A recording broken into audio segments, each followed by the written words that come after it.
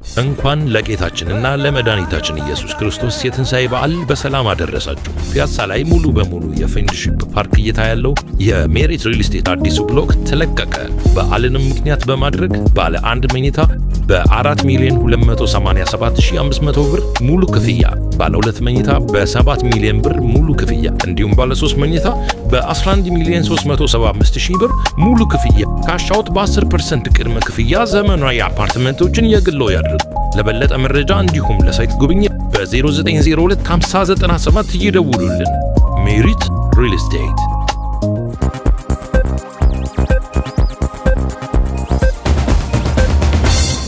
ሰላም እንዴት አላችሁ? የኢትዮ ታይምስ ቤተሰቦቻችን ለሰዓቱ የተመረጡ አዳዲስ መረጃዎችን ይዘንላችሁ ቀርበናል። ከመረጃዎቻችን መካከልም ሆርሙዝ በይፋ መዘጋቱ ታውቋል። ባብኤል መንደብም ሊዘጋ እንደሆነ መረጃዎች ወጥተዋል። የዓለማችን እስትንፋስ የሆኑት የባብኤል መንደብና ሆርሙዝ ወሽመጦች በከፊልና ሙሉ በሙሉ ዝግ መሆናቸው ታውቋል። ኢራን ሆርሙዝን በከፈተች 24 ሰዓት ባልሞላ ጊዜ ውስጥ ነበር መዝጋቷን ያወጀችው። ይህ በእንዲህ እንዳለም የአሜሪካ ወታደሮች ከመሬት በታች የተከማቸውን የኢራንን የበለጸገ ዩራኒየም ለመቆጣጠር የሚያስችል ዘመቻ የማካሄዳቸው ነገር የማይሆን ቢመስልም አንደኛው አማራጭ ነው የሚሉ መረጃዎችም ወጥተዋል። ፕሬዚዳንት ዶናልድ ትራምፕ በጦርነቱ ውስጥ ዋና ዓላማቸው የሆነውን የቴህራን የኒውክሌር ጦር መሳሪያ ማበልጸግን ለመግታት አንደኛው አማራጭ እንደሆነ ተገልጿል። በጦርነቱ መጀመሪያ ላይ አሜሪካ የኢራንን የበለጸገ ዩራኒየም ከሀገሪቱ ከማስወጣት ይልቅ በቦታው ላይ ማስወገድን ልታስብበት እንደምትችልም ከፍተኛ የመንግስት ባለስልጣናት ተናግረዋል። ሙሉ መረጃውን በዜናችን በዝርዝር እናስደምጣችኋለን። ከዚህ መረጃ በተጨማሪ የኢትዮጵያ መከላከያ ሰራዊት የአገርን ብሔራዊ ጥቅም የሚያስከብር ጠንካራ ኃይል በግንባታ ላይ እንደሆነ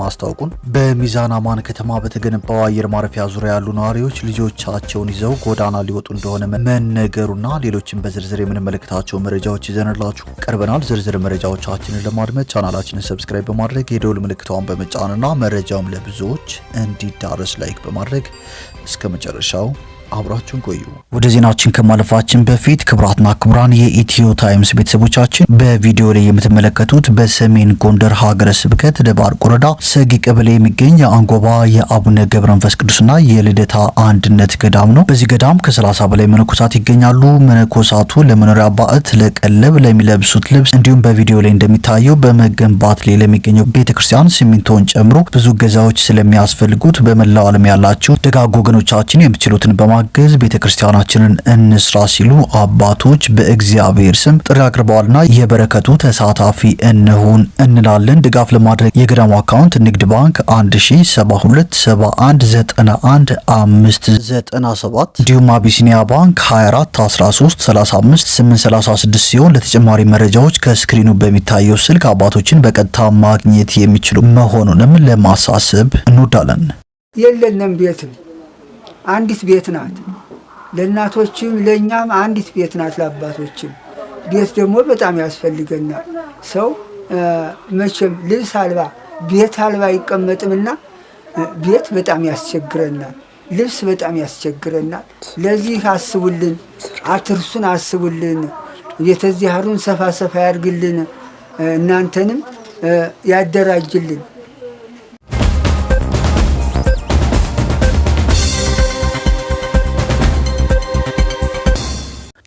ወደ መጀመሪያው መረጃችን ስናልፍ የዓለም እስትንፋስ የሆኑት የባብኤል መንደብና ሆርሙዝ ወሽመጦች በከፊልና ሙሉ በሙሉ ዝግ ሆነዋል። ኢራን ሆርሙዝን በከፈተች 24 ሰዓት ባልሞላ ጊዜ ውስጥ መዝጋቷን ማውጃለች። ፋርስ የዜና ወኪል፣ የኢራን የተማሪዎች ዜና ወኪል እንዲሁም ብሔራዊ መገናኛ ብዙሃኑ ኢራን አብዮታዊ ዘቡን ጠቅሰው የወሽመጡ አካባቢን ጦሩ ተቆጣጥሮ በቀደመ ሁኔታው ላይ መመለሱን ዘግበዋል። የተወሰኑ የጭነት መርከቦች በወሽመጡ በኩል ማለፍ ችለው ነበርም። አብዮታዊ ዘቡ በመግለጫው አሜሪካን በባህር ላይ ውንብድና ወንጅሎ እገዳ የምትለው ከባህር ላይ ዘርፍ አይተናነስም ብሏል። በተመሳሳይ ሌላኛው የዓለማችን ዋናው ኮሪደር የሆነው ባብኤል መንደብ ሰርጥም በከፊል የመዘጋት አደጋ ተጋርጦበታል። ሶማሊያ ሰርጡን ለመዝጋት ዝታለች። በሶማሊያ የውስጥ ጉዳይ ጣልቃ የሚገባና የግዛት አንድነቷንና ሉዓላዊነቷን አደጋ ላይ የሚጥል ማንኛውም ሀገር በባብኤል መንደብ ወሽመጥ በኩል ያለውን የመተላለፊያ እድል መገደብን ጨምሮ የተለያዩ እርምጃዎች ይጠብቁታል ሲሉ በኢትዮጵያ የሶማሊያ አምባሳደር አብዱላሂ ዋርፋ በኤክስ ገጻቸው ላይ አስፍረዋል። አምባሳደሩ አምባሳደሩ የተለየ ሀገር በስም ባይጠቅሱም የሶማሊያ መገናኛ ብዙሃን ዘገባዎች ግን ንግግሩ ያነጣጠረው በአመቱ አጋማሽ አካባቢ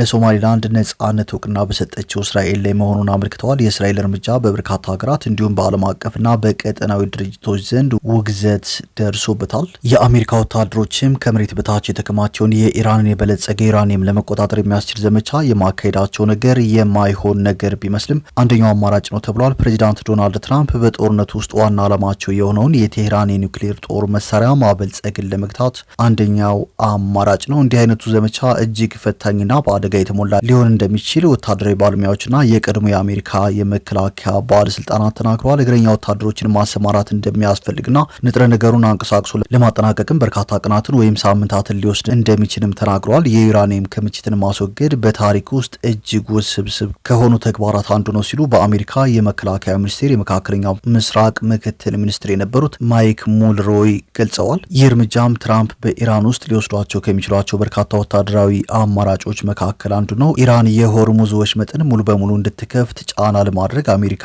የሃርግ ደሴትን ልትቆጣጠር መቻሏም ሌላኛው አማራጭ ነው። ኢራንን ወደ ክብ ጠረጴዛ ለማምጣት አዳዲስ ወታደራዊ እንቅስቃሴዎችን በመጠቀምም ሊያስገድዱ ይችላሉ። ፕሬዚዳንት ትራምፕ ማክሰኞ ዕለት ከቢቢሲ የአሜሪካ ጋር ሲቢኤስ ኒውስ ጋር በስልክ ባደረጉት ቃለ ምልልስ የኢራንን የበለጸገ ዩራኒየም ሳያስወግዱ ወይም ሳያጠፉ በጦርነቱ ማሸነፋቸውን ማወጅ ይቻል እንደሆነ ለቀረበላቸው ጥያቄ መልስ ከመስጠት ፈቃደኛ ሳይሆኑ ቀርተዋል። ባለፈው ሰኔ ወር በአሜሪካና በእስራኤል ጥቃቶች ምክንያት የተከሰተውን ጉዳት በመጠቆም ክምችቱ ያለውን ስጋት ለመቀነስ ሞክረዋል ነው የተባለው። ይህ በጣም በጥልቀት የተቀበረ በመሆኑ ለማንም በጣም ከባድ ይሆናል። በጣም ጥልቅ ነው፣ ስለዚህ ደህንነቱ በጣም የተጠበቀ ነው ሲሉም ትራምፕ ተናግረዋል። እንደ ከፍተኛ የአሜሪካ ባለስልጣናት ገለጻ ኢራን ወደ 60 በመቶ የበለጸገ 440 ኪሎ ግራም ዩራኒየም ነበራት። ዩራኒየሙ ለጦር መሳሪያ ወደሚያስፈልገው 90 በመቶ በፍጥነት ሊበለጽግ ይችላል ሲሉም ተናግረዋል። ኢራን ወደ 20 በመቶ የበለጸገ 1000 ኪሎ ግራም የሚጠጋ ዩራኒየምና ለሕክምና ምርምር ተቀባይነት ያለውና 3.6 በመቶ ገደማ የበለጸገ 8500 ኪሎ ግራም ዩራኒየም እንዳላትም ተገልጿል። በቀላሉ ለቦምብ ወይም ለሚሳኤል ቁሳቁስነት ሊውል የሚችል በጣም የበለጸገ ዩራኒየም በአብዛኛው በኢስፋሃን እንደተከማቸም ይታመናል። ተቋሙ ባለፈው ዓመት በአሜሪካና በእስራኤል የአየር ድብደባ ኢላማ ከተደረጉት 3 ከመሬት በታች የሚገኙ የኒውክሌር ጣቢያዎችም አንደኛው ነው። በከፍተኛ ደረጃ የበለጸገው ዩራኒየም በሌሎች ቦታዎች ምን ያክል እንደተከማቸ ግን ግልጽ አይደለም። አሜሪካ ክምችቱ የት እንዳለ በትክክል ብታውቅ ዩራኒየሙን ለማውጣት የሚደረገውን ወታደራዊ ዘመቻ ቀላል ሊሆን ነበር ሲሉም በኦባማና በትራምፕ አስተዳደር ውስጥ ከፍተኛ የመከላከያ ባለስልጣን የነበሩት ጄሰን ካምቤል ተናግረዋል። በጣም ጥሩ ነገር የት እንዳለ በትክክል ማወቅ ነው። ወደ 4 የተለያዩ ቦታዎች ከተበተነ ግን ጉዳዩ ሙሉ ለሙሉ የተለየ ይሆናል ሲሉ ካምቤል የውስብስብነት ደረጃውን ገልጸዋል። በጦርነቱ መጀመሪያ ላይ አሜሪካ የኢራንን የበለጸገ ዩራኒየም ከሀገሪቱ ከማስወጣት ይልቅ በቦታው ላይ ማስወገድን ልታስብበት እንደምትችልም ከፍተኛ የመንግስት ባለስልጣናት ተናግረዋል። ነገር ግን ይህ ትልቅ ውስብስብና ጊዜ የሚወስድ ተግባር ይሆናል ሲሉ በአይሁድ የብሔራዊ ደህንነት ተቋም የኢራን የኒውክሌር ፕሮግራም ባለሙያ የሆኑት ጆናታን ሩሄ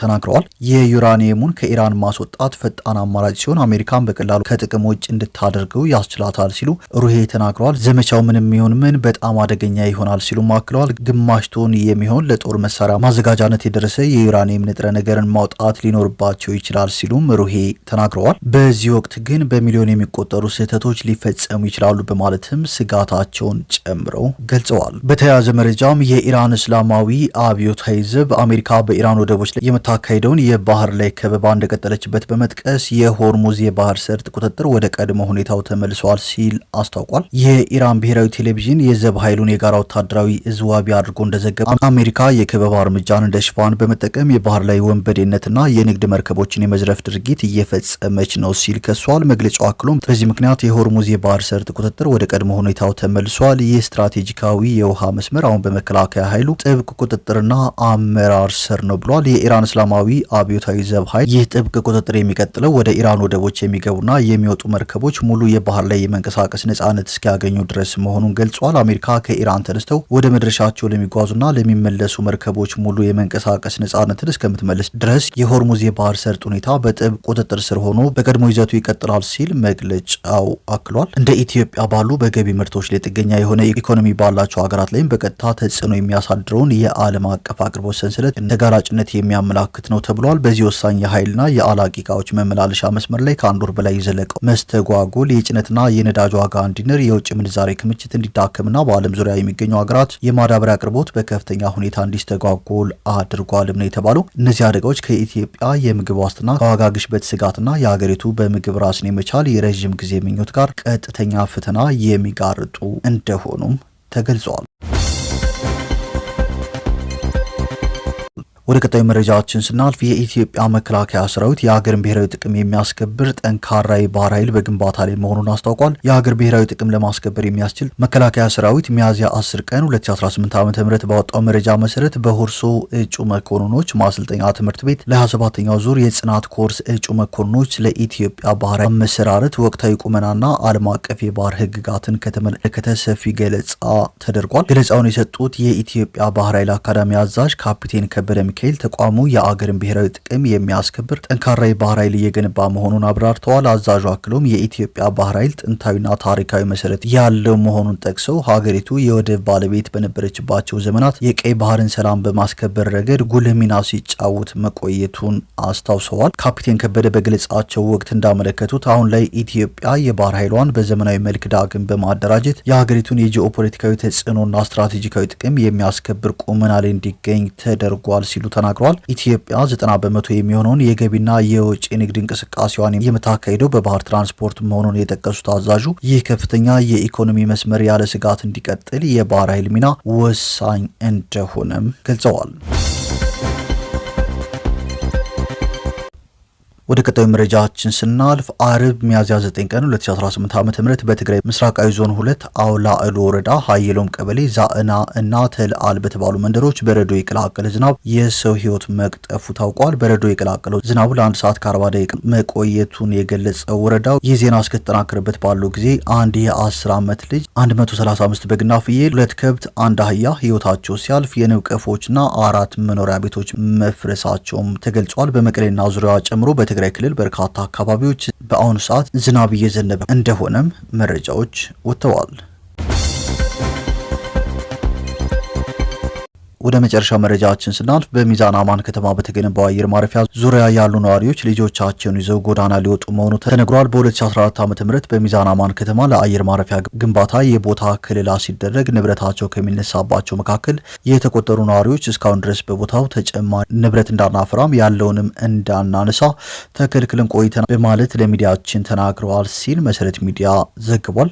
እንደ ዘገባው ከሆነ አንድ ስሜ ይጠቀስ ያሉ ነዋሪ 2018 ዓ.ም ላይ ሆነን 2014 ዓ.ም በተገመተው የንብረት ግምት የካሳ ክፍያ እንክፈላችሁ ይሉናል። ይህ ግምት የብር ዋጋ ከመጋሸቡ በፊት የነበረ ነው ይላሉ። ሚዲያው ተመለከትኳቸው ያላቸው የሰነድ ማስረጃዎች እንደሚያመለክቱት አንድ ቤት በግቢ ውስጥ ካለው አትክልት ጨምሮ ከ320 ሺህ እስከ 450 ሺህ ብር ተገምቷል። ሌላኛው ነዋሪ እንደተናገሩት ከሆነ ደግሞ ከዚህ የሚያነሰ የካሳ ክፍያ እየተገመተላቸው አሉ ሲል መሰረት ሚዲያ ጨምሮ ዘግቧል። በ250 ሺህ ብር ምን እናደርጋለን? በዚህ የኑሮ ውድነት እንኳን ቤት ልንሰራበት ቀርቶ የአመት ኪራይ እንክፈል እንኳን ብንል አይበቃንም ብለዋል። በተደጋጋሚ ቅሬታ ያቀረቡት ነዋሪዎች ተለዋጭ መሬት በማካካሻነት እንደሚሰጣቸው ቃል ተገብቶላቸው ነበር። ይሁንና የአየር ማረፊያው ማኮብኮቢያ መቆጣጠሪያ ክፍል ግንባታ ሲሰራ ከፊሎቹ ተነስተው ካሳ የተሰጣቸው ሲሆን የተቀሩት ግን ካሳው ምትክ ቦታውም ሳይሰጣቸው ባሉበት እንድትቆዩ የሚል ደብዳቤ ተሰጥቷቸው ቆይተዋል። አሁን ግን በድንገት የካሳ ክፍያው ተሰጥቶ ባልተጠናቀቀበትና ምትክ መሬት የተባለው የቆሻሻ ማጠራቀሚያ የነበረ ስፍራ ቆሻሻ ሳይነሳ ጫካውም ሳይመነጠር በዚህ 7 ቀን ንብረታችሁን አንስታችሁ ወደ አዲሱ ቦታችሁ ሂዱ ተብለናል ሲሉ ነዋሪዎቹ ቅሬታቸውን አሰምተዋል። ማስታወቂያ ተለጥፎ ነው ያየነው። አየር ማረፊያው ተመርቆ ስራ ሊጀምር ነው። በዚህ 7 ቀን ውስጥ ልቀቁ ተብለናል ሲሉ ተናግረዋል በማለትም መሰረት ሚዲያ ጨምሮ ዘግቧል። ሌላኛው ነዋሪ ሚዛን አማን የቤት ኪራይ አናገኝም፣ ብናገኝም ውድ ነው፣ ልጆቻችንን ይዘን የት እንድንገባ ነው በ7 ቀናት ውስጥ ልቀቁ የምንባለው ይላሉ። እስካሁን የካሳ ገንዘባችንም አልተሰጠንም፣ ልጆቻችንን ይዘን ወደ ጎዳና ልንወጣ ነው ሲሉ በምሬት ገልጸዋል በማለትም መሰረት ሚዲያ ጨምሮ ዘግቧል።